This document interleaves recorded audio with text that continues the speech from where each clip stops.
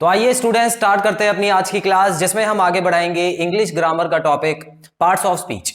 So students, जैसे कि आप जानते हैं पार्ट्स ऑफ स्पीच में नाउन टॉपिक चल रहा है और इसके जो डेफिनेशन हमने पढ़ी थी उसके एक जो पार्ट्स हैं वो हम कर रहे हैं। सो आज हम करने वाले हैं noun as a thing. So students, आज हम समझेंगे कि नाउन में थिंग्स नाम से कौन कौन सी चीजें आती हैं और जो थिंग्स वर्ड यूज होता है डेफिनेशन में उसमें कितनी तरह की चीजें इंक्लूड होती हैं। तो आइए स्टूडेंट्स शुरू करते हैं। तो आप देख सकते हैं टॉपिक लिखा हुआ है noun as a thing. Noun as a person हम ऑलरेडी कर चुके हैं, उसमें मैंने आपको सभी पर्सन्स के बारे में अच्छे से समझा दिया था। सो थिंग्स में देखते हैं स्टूडेंट्स क्या है। पहला पॉइंट लिखा है noun includes both living and non living things. देखिए नाउन, ये जो थिंग्स है, थिंग्स वाला जो टॉपिक है उसमें दो तरह की थिंग्स आएंगी, लिविंग थिंग्स भी आ जाती है, नॉन लिविंग थिंग्स भी आ जाती है। लेकिन याद रखना लिविंग थिंग्स की बात हो रही है, लिविंग बीइंग्स की बात नहीं हो रही है। मतलब इसमें पर्सन को नहीं लाना आपको, लेकिन पेड़ पौधे या ऐसी कोई वनस्पति की चीज होती है वो आप इसमें ला सकते हो, क्योंकि जो पेड़ पौधे होते हैं वो हमको पता है वो जीवित होते हैं, वो लिविंग होते हैं, लेकिन उनमें मूवमेंट नहीं होती है। तो बेसिकली यहां पर सिर्फ एक ही चीज आपको लिखनी है लिविंग थिंग में, जो कि है लिविंग थिंग्स में include trees, plants, bushes, grasses etcetera. तो इसमें ज्यादा कंफ्यूज नहीं होना आपको, ठीक है, क्योंकि पर्सन में हम पेड़ों को नहीं डाल सकते थे। तो इसीलिए मैंने आपको बताया था कि पर्सन में दो रूल होते हैं, एक तो मूवमेंट होनी चाहिए और एक लिविंग भी होना चाहिए। तो इसमें अगर हम देखें तो मूवमेंट नहीं होती है, सिर्फ लिविंग है, तो इसीलिए इसको थिंग्स में डाल दिया गया है। सो स्टूडेंट्स आगे बढ़ते हैं। अब हम बढ़ते हैं नॉन लिविंग थिंग्स पे। सो नॉन लिविंग थिंग्स तो आप चारों तरफ अपनी नजरें दौड़ा के देख ही सकते हो।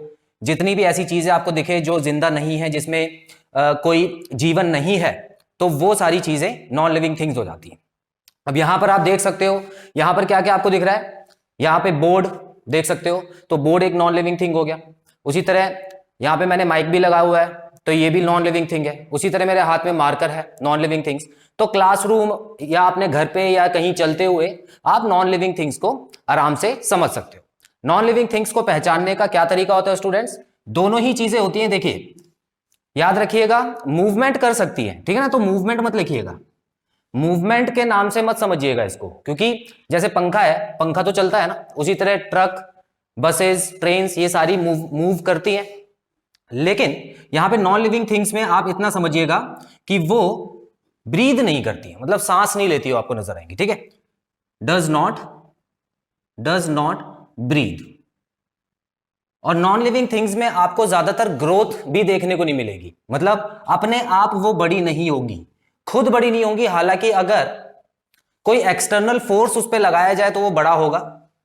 मूवमेंट भी खुद नहीं करती है, कोई बाहर से फोर्स लगेगा तभी वो मूवमेंट करेगी, ठीक है। तो यहां पर आप समझ सकते हो, यहां पे आपको ग्रोथ दिखाई नहीं देगी, तो डज नॉट ग्रो और move without external force, without external force, ठीक है। तो ये साइड में आप लिख लेना।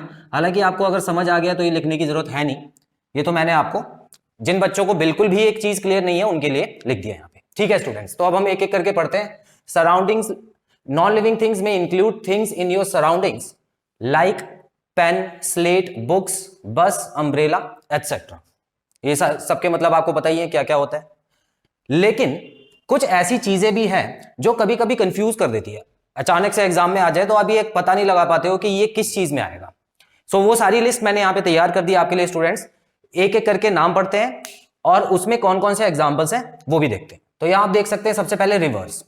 तो जितनी भी रिवर्स हैं अगर आप इनके नाम के हिसाब से देखते हो तो वो हो गई नॉन लिविंग थिंग।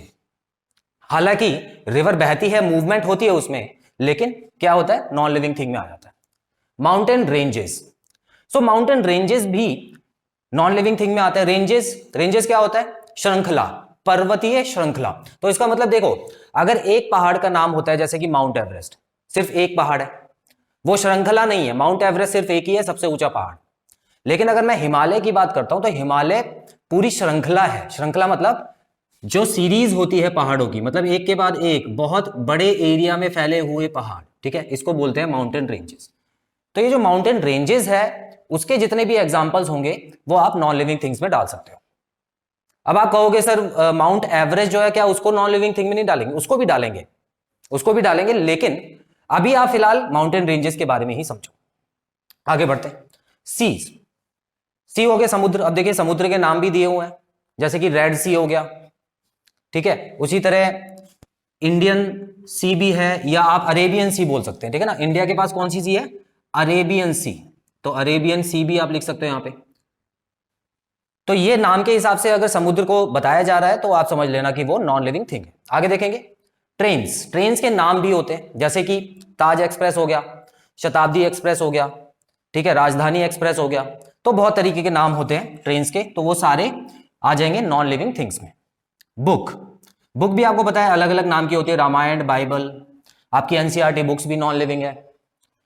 उसके बाद आता है डेज। डेज में संडे, मंडे, ट्यूसडे, जो भी वीक डेज हैं उनके नाम अगर आते हैं तो वो भी नॉन लिविंग में ही आपको डालने, मतलब वो थिंग्स में डालने। बेसिकली लिविंग या नॉन लिविंग पे आपको ध्यान नहीं देना, बेसिकली ध्यान आपको देना है थिंग्स पे, ठीक है। तो कोई भी वस्तु है या वस्तु का नाम है तो वो आ जाएगा थिंग्स में। आगे बढ़ते हैं। अब डेज के नाम आए हैं तो मंथ्स के भी नाम आ जाएंगे। तो मंथ्स में क्या क्या आ जाएगा? मार्च, अप्रैल, जून, जुलाई। Natural elements. नेचुरल एलिमेंट्स मतलब जो प्रकृति की देन होती है, जैसे कि सोना, चांदी, लोहा, ये सारी चीजें जो होती हैं ये भी जीवित नहीं होती हैं, इसको भी हम थिंग्स में डालते हैं। ग्रुप, ग्रुप को भी थिंग्स में डाला जाता है। देखिए एक चीज इसमें इंटरेस्टिंग चीज नजर आएगी आपको, आर्मी। अब देखो आर्मी के अंदर जो लोग होते हैं, है ना, कौन होते हैं? आर्मी मैन होते हैं। तो वो तो लिविंग थिंग्स है, वो तो लिविंग बीइंग्स है ना। वो तो आदमी होते हैं, आदमी भी हो सकते हैं, वहां पे वुमेन भी हो सकती हैं। आजकल तो वुमेन हर जगह है, एयरफोर्स में भी आ गई हैं, तो उसमें तो लिविंग बीइंग्स हैं। लेकिन अगर उनको एक ग्रुप बना दिया जाए, आर्मी के जितने भी लोग हैं उनका एक ग्रुप बना दिया जाए और उनको एक नाम दे दिया जाए, तो क्या नाम दिया जाएगा? आर्मी। इसमें आदमी भी होंगे, औरतें भी होंगी, ठीक है, सभी तरह के लोग होंगे इसमें। सो स्टूडेंट्स यहां पर जो आर्मी है उसको थिंग में डाला गया, ये जीवित नहीं है, समझ रहे हो ना। तो ये जो आर्मी है ये जीवित नहीं है क्योंकि ये तो ग्रुप का नाम है, लेकिन इसके अंदर इंडिविजुअल उठा के देखोगे तो वो आपको जीवित मिलेंगे, ठीक है। अब देखिए यहां पे एक और वर्ड है क्राउड। क्राउड मतलब होता है भीड़, ठीक है ना। भीड़, भीड़ का कोई चेहरा नहीं होता, बोलते हैं ना लोग। अब जैसे कि किसी ने कुछ गलत वलत काम कर दिया, चोरी कर रहा था कोई आदमी, पकड़ा गया, तो भीड़ ने उसको लात घुसे दे दी 2-4, ठीक है। तो पुलिस जब पकड़ने आई तो कोई मिला ही नहीं, क्यों? क्योंकि भीड़ का चेहरा नहीं होता। लेकिन भीड़ कैसे बनती है? भीड़ इंसानों से ही तो बनती है। तो वहां पे आदमी भी होते हैं, औरतें भी होती है, बच्चे भी होते हैं, बूढ़े भी होते हैं। तो भीड़ जो है वो नॉन लिविंग थिंग है क्योंकि वो ग्रुप का नाम है, लेकिन उसके अंदर जो लोग मौजूद हैं वो लिविंग बीइंग्स में आ जाएंगे, वो आपको पर्सन में डालना है, ठीक है। लेकिन भीड़ अगर आ गया तो वो आपको थिंग में डालना है।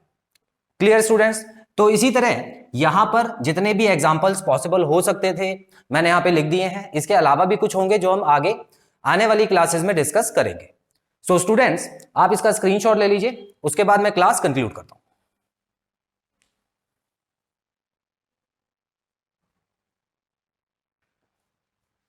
सो स्टूडेंट्स आई होप आपको नाउन एज अ थिंग का टॉपिक अच्छे से समझ आ गया है, और जितने भी मैंने पॉइंट्स बताए हैं और जो भी एग्जांपल्स हमने किए हैं वो भी क्लियर है। सो आई होप आपको ये वीडियो पसंद आया होगा, और नेक्स्ट वीडियो में मैं आपके लिए लेके आऊंगा noun as a place. So students बहुत जल्द मिलते हैं अपनी अगली क्लास में। Till then take very good care of yourselves, have a nice time, God bless you, bye bye.